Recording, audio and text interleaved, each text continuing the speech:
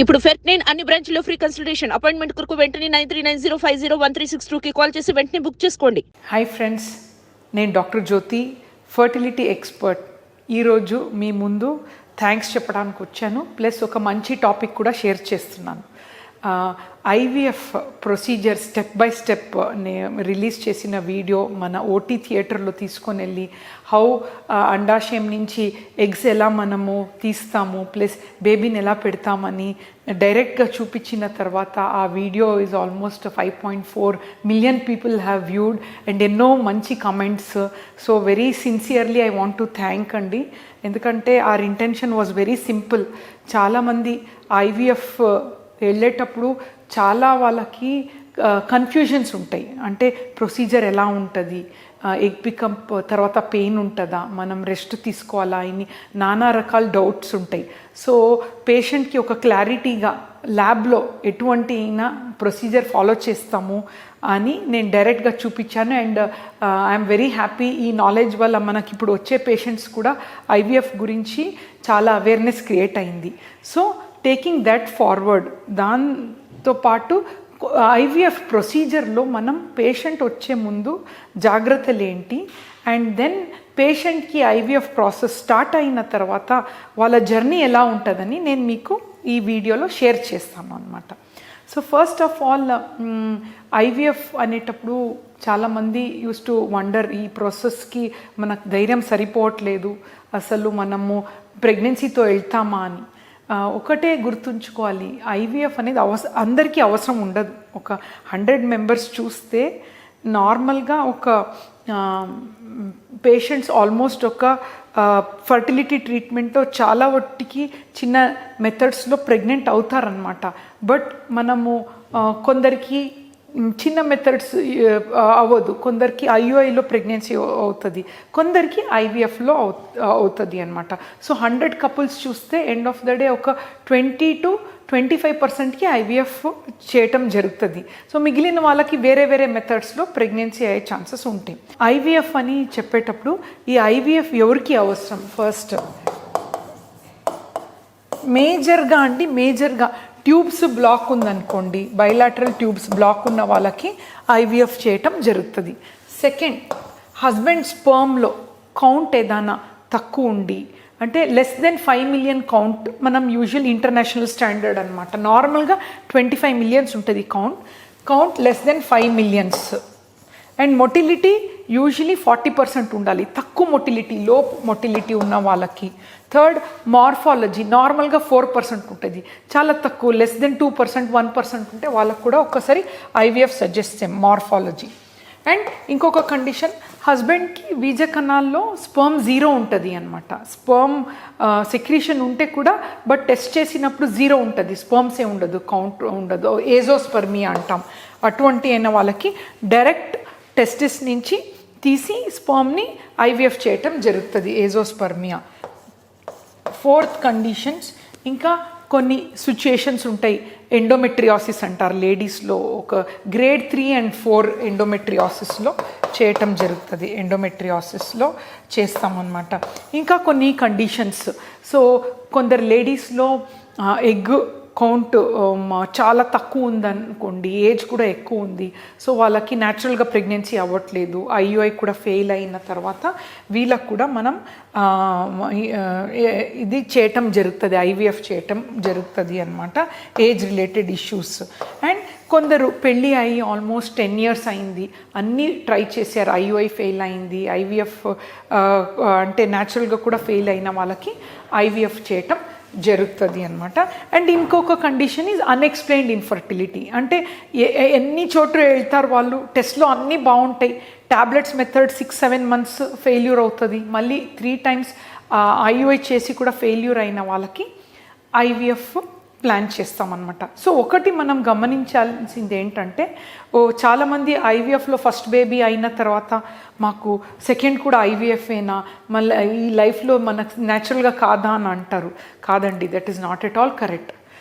కొన్ని సిచ్యుయేషన్లో suppose both the tubes are blocked, వాళ్ళకి న్యాచురల్గా అయ్యే ఛాన్సెస్ తక్కువ.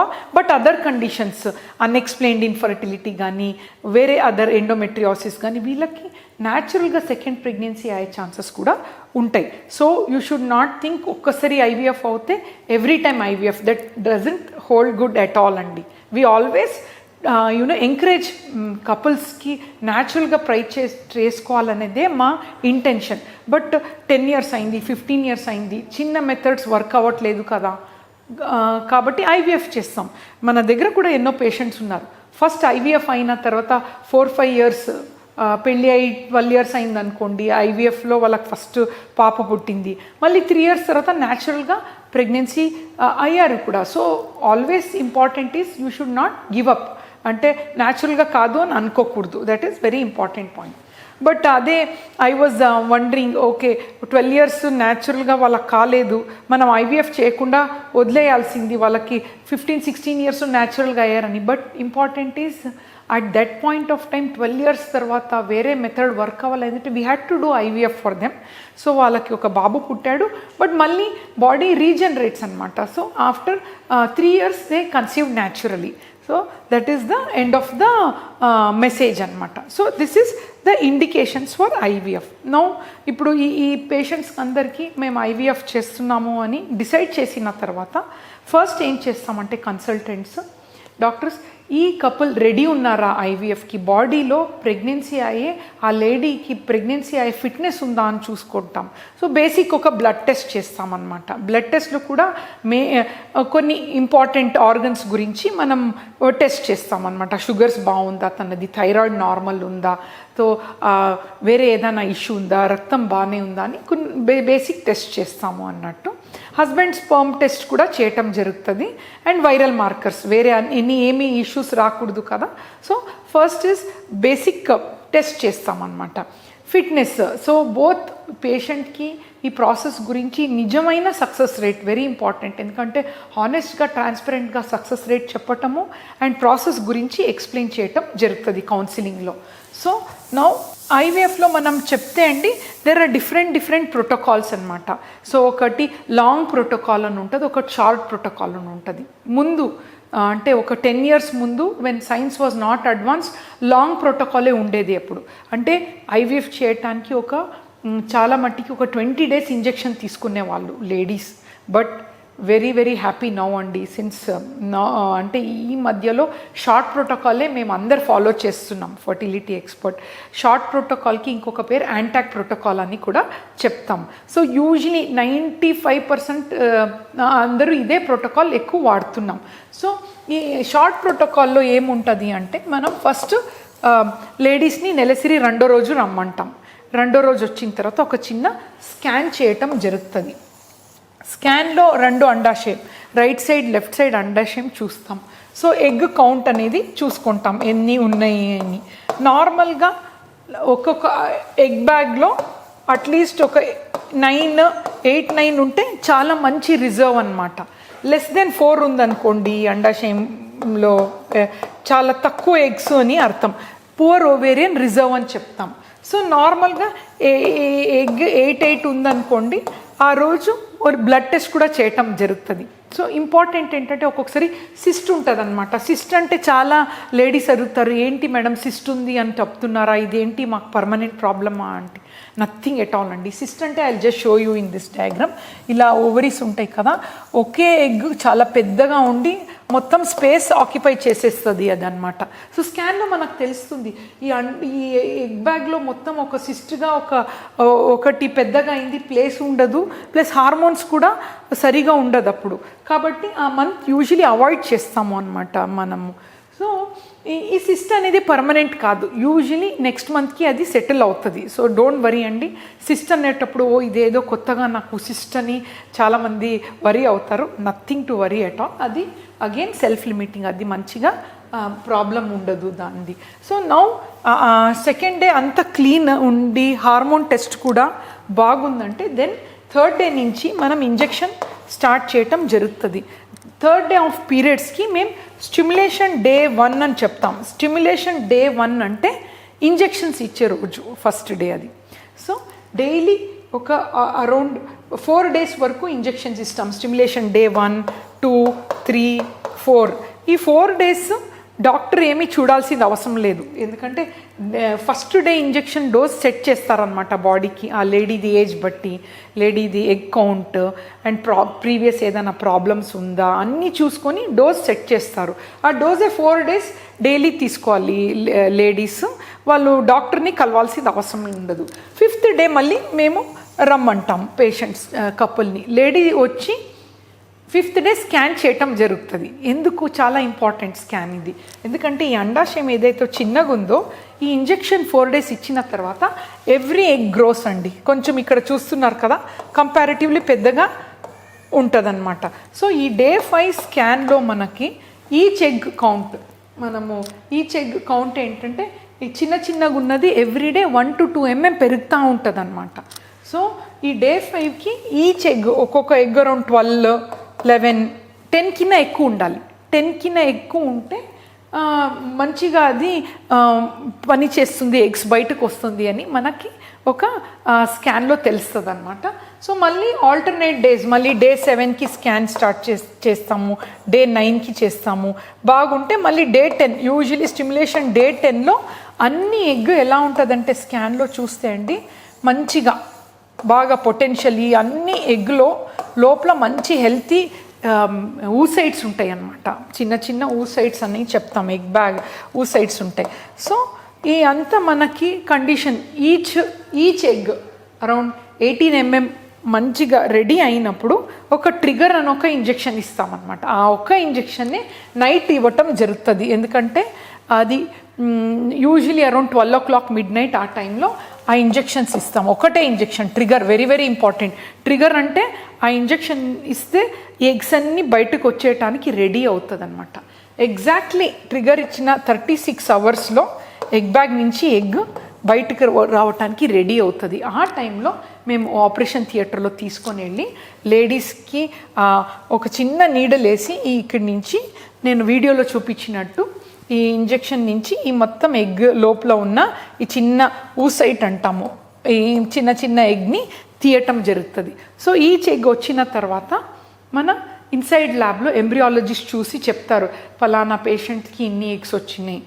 ఐడియలీ మా నంబర్ ఏంటి అంటే ఒక లేడీకి ఒక 12 to 14 ఎగ్స్ వస్తే వీఆర్ వెరీ హ్యాపీ. ఎందుకంటే అన్ని ఎగ్స్లో కంపల్సరీ తన మదర్ అయ్యే ఛాన్సెస్ ఉంటాయి.